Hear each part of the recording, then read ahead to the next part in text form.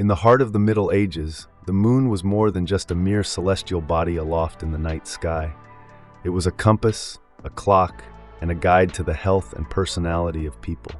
Scholars from Christianity, Islam, and Judaism all pored over the moon's mysteries. Despite their theories often swaying from the truth, they occasionally stumbled upon surprising facts, like the Anglo-Saxon monk Bede, who discovered that the world's tides weren't all the same. Think of farmers planning their harvests according to the moon's phases, or the belief that the moon blessed the grass with dew by adding moisture to the night air. And then you have these eclipses, solar and lunar, stirring up the hearts of medieval people who were just beginning to understand when and why these events would occur. And then there's the story of a man on the moon, propagated by the English scholar Alexander Neckham and other medieval tales. Strange narratives even spoke of journeys to the moon. Imagine Dante's Divine Comedy with a visit to the lunar surface, or a 10th century Japanese folk tale of a woman sent from the moon to Earth. However, the most unusual and intriguing part of it all is, well, you'll hear all about it in due time. What's up, my amazing and curious folks? I'm your host, Cesar, and next to me is the one and only Sonia. Are you ready to unravel today's mystery with us? Don't forget to hit that subscribe button and the bell icon for daily drops of knowledge and curiosities here on Curiosity Wonderland. Hey there, everyone. So thrilled to be here and can't wait to dive into today's topic with all of you.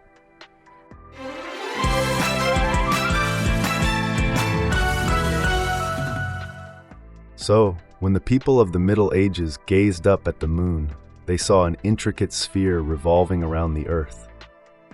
Imagine this. They had all these questions and theories about the moon, much like we do today. They pondered what it was made up of, how far it was from our planet, and the origin of its light. They were intrigued by the light and dark spots on its surface, and couldn't help but wonder about their meaning. Medieval thinkers even considered the moon as a planet, just like Mercury, Mars, Jupiter, and even the Sun. They believed that, like these other celestial bodies, the moon revolved around the Earth in a perfect circle. Quite a theory, huh? Interestingly, astronomers across religions had their motives for studying the moon's movements. Christian, Muslim, and Jewish astronomers scrutinized the moon to decipher when religious events occurred and to make their astrological predictions. Now picture this. The year is 1178. Gervase of Canterbury in his chronicle speaks of a wondrous event on the 18th of June. As the slim crescent of the moon first becomes visible, an extraordinary phenomenon unfolds. The crescent's upper horn splits in two, a flaming torch burst forth, spewing fire, hot coals, and sparks. The moon below writhed like a wounded snake. This happened a dozen times or more, and when the moon returned to normal, the whole crescent had a blackish appearance. Can you imagine the astonishment of those who saw this? To this day, modern astronomers are puzzled by this account. Some propose that the monks might have witnessed an asteroid crashing into the moon, while others argue that it could have been a meteorite that entered the Earth's atmosphere at just the right spot, making the observers believe the spectacle was happening on the moon. Isn't that fascinating? The medieval people found the moon to be a mysterious object. It not only cast light across the night sky, but it also marked the passage of time, and according to their belief, could dictate the personality of a man or woman. Quite a lot of symbolism and significance, don't you think? So, the Middle Ages saw a myriad of astronomers dissecting their theories about the moon. Let's take Al-Hasan ibn Haytham, who was born in 965 and died in 1039. He proposed that parts of the moon's surface were denser than others, reflecting more or less light. That's quite interesting. So he was analyzing the light and dark spots on the moon? Exactly. He believed that these spots were part of the lunar body itself and had a constant disposition. He disagreed with those who thought they were between the lunar body and the observer's eye, or even more bizarre, an inverted image of the Earth due to the moon's smooth and reflective surface. It's fascinating how these theories have evolved over time. What about the tides? Did they tie the moon's influence to that as well? Indeed, they did. Roger Bacon, a 13th century English friar, believed that the moon caused tides by raising vapors from the sea with its light, causing the waters to move. When the moon was overhead, these rays would evaporate the water, causing the tide to recede. That's quite a unique perspective. Did anyone else contribute to the understanding of tides?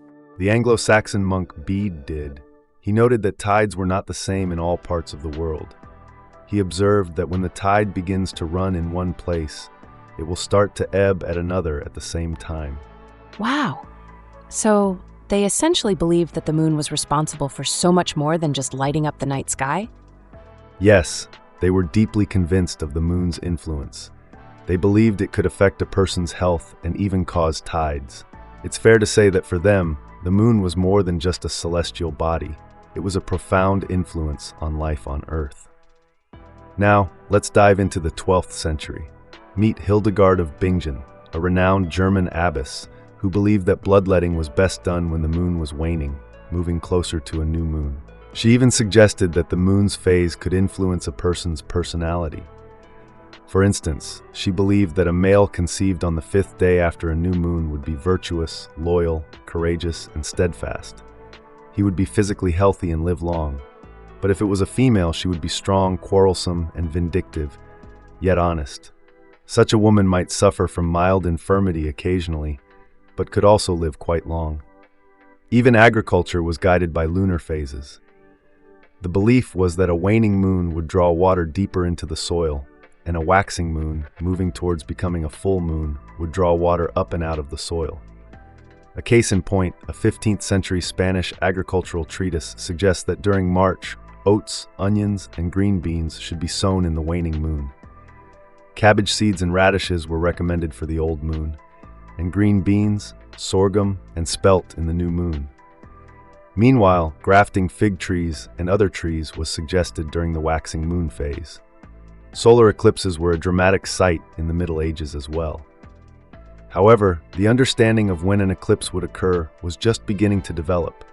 So for most people, this event was unexpected and could be frightening. But it's interesting to note that hundreds of accounts of solar eclipses have been preserved in medieval records. Each snippet gives us an intriguing peek into how our ancestors made sense of the world around them. The Middle Ages also witnessed some interesting episodes related to eclipses. For instance, the historian Ibn al-Athir was an eyewitness of a total eclipse in his youth in the year 1176.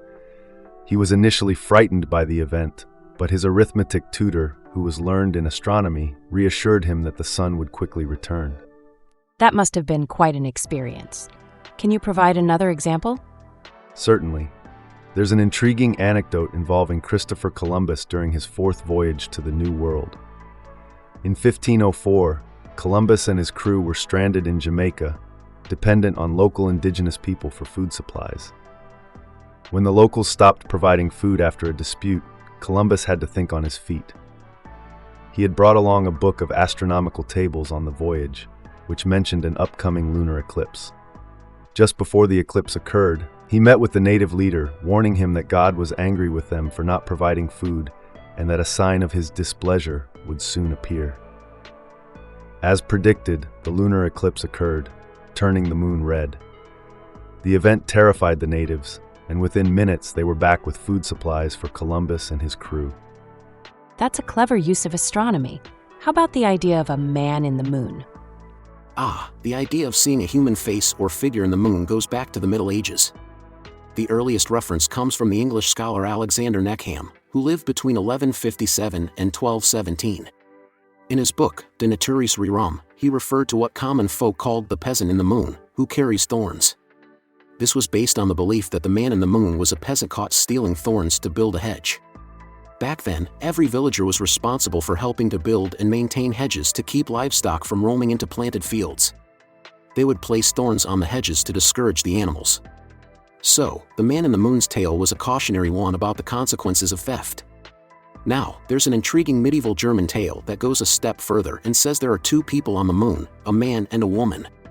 The man was banished to the moon because he had obstructed the path to a church with thorns to prevent people from attending Sunday Mass. The woman's crime? Making butter on a Sunday. To add to their punishment, the man carries his bundle of thorns on his back, while the woman carries a butter tub.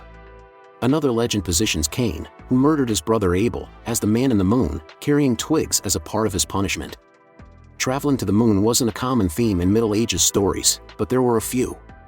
Take, for example, the 10th century Japanese folktale, The Tale of the Bamboo Cutter.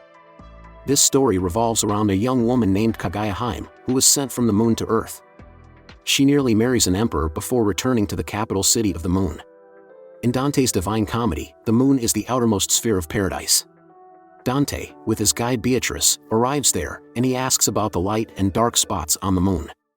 Beatrice provides a detailed scientific explanation involving optics and rays of light. She also reveals that this is the place in paradise for people who were good but were forced to break their vows, like a nun forcibly removed from her convent.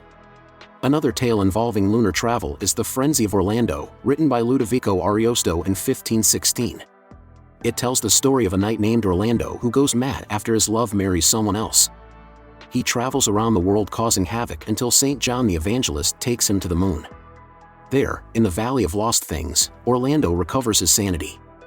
The moon, in this story, is described as an allegorical junkyard, a place where forgotten crowns turn into swollen bladders and flattery becomes stinking garlands. The moon, in many of these medieval narratives, is more than just a celestial body. It serves as an allegorical text, reflecting an altered reality that reveals the essence of the objects it mirrors, rather than their outward appearances. Now, let's talk about some fun facts about the moon in the Middle Ages. 1. The moon was believed to be cold and moist, making the night air moister, which is why there would be dew on the grass in the early morning. 2. Roger Bacon, an English philosopher, calculated that if a person walked 20 miles a day, they would reach the moon in 14 years, 7 months, and 29 days. 3. In the Islamic tradition, the start of a new month does not begin until the first crescent of a new moon is sighted. This could lead to occasional problems, such as when the traveler Ibn Jubair visited Mecca at the end of the 12th century. The sighting of the new crescent, marking the beginning of the month of Ramadan, was clouded over. Despite some claiming they saw it, the local judge ridiculed them, stating he wouldn't believe someone claiming to have seen the sun behind those clouds, let alone a thin crescent. 4. In Norse mythology, the moon, known as Mani, was the brother of Sol, the sun. They are being chased through the heavens by wolves. 5. The word Monday comes from the Old English term Monandic, which means moon's day.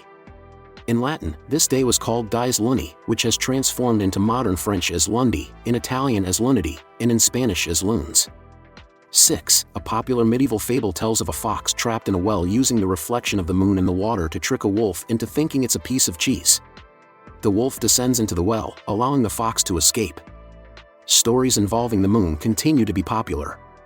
For instance, modern children's literature, like Kitten's First Full Moon, still incorporates lunar themes. Many of the medieval beliefs and tales we've discussed, ranging from scientific theories to mythology and fables, were based on various sources. Writings from the likes of Bede, Chaucer, and Roger Bacon, who was considered the first scientist, all contributed to our understanding of how people in the Middle Ages viewed the moon. There were also significant contributions from the broader field of medieval natural philosophy, with works such as The Medieval Natural World by Richard Jones and Medieval Views of the Cosmos by E. Edson and E. Savage Smith providing valuable insight. Even nursery rhymes reflect the moon connection, with some being analyzed in works like Iona and Peter Opie's The Oxford Dictionary of Nursery Rhymes. Finally, the moon's influence extends into the world of Islamic astronomy. The sighting of the new moon crescent was, and still is, of great importance in marking the start of a new month in the Islamic calendar. In conclusion, the moon has been a source of fascination, an object of study, a celestial body imbued with mythology, and a muse for storytellers. From science to folklore and religion, the moon has been a constant in the lives of people throughout history, shaping our understanding of the universe and our place within it. So there you have it, friends. The moon, our closest celestial neighbor, was a marvel and a mystery to our ancestors in the Middle Ages. It was a source of light, a timekeeper, an astrological and agricultural guide, and the subject of stories and speculation. They even thought that if a person walked 20 miles a day, they would reach the moon in 14 years, 7 months, and 29 days. And let's not forget the man on the moon, often a symbol of punishment for earthly misdeeds. What a journey we've taken, from the scientific theories to the folklore and beyond. We hope you've enjoyed this lunar excursion. If you found this celestial exploration fascinating, don't forget to blast that like button and leave us a comment. Let us know what other mysteries or curiosities you'd like us to unravel. Share this episode with your friends and take them on this lunar odyssey too. Exactly. Thank you for joining us on this fantastic journey through history and the cosmos. Keep looking up, stay curious, and we'll catch you in the next episode of Curiosity Wonderland. Until next time, folks, goodbye and keep wondering. This captivating lunar journey was inspired by the article The Moon in the Middle Ages by medievalist.net, published on December 16, 2023. For those of you who'd like to learn more, the full URL is in the video description. Now I'm off.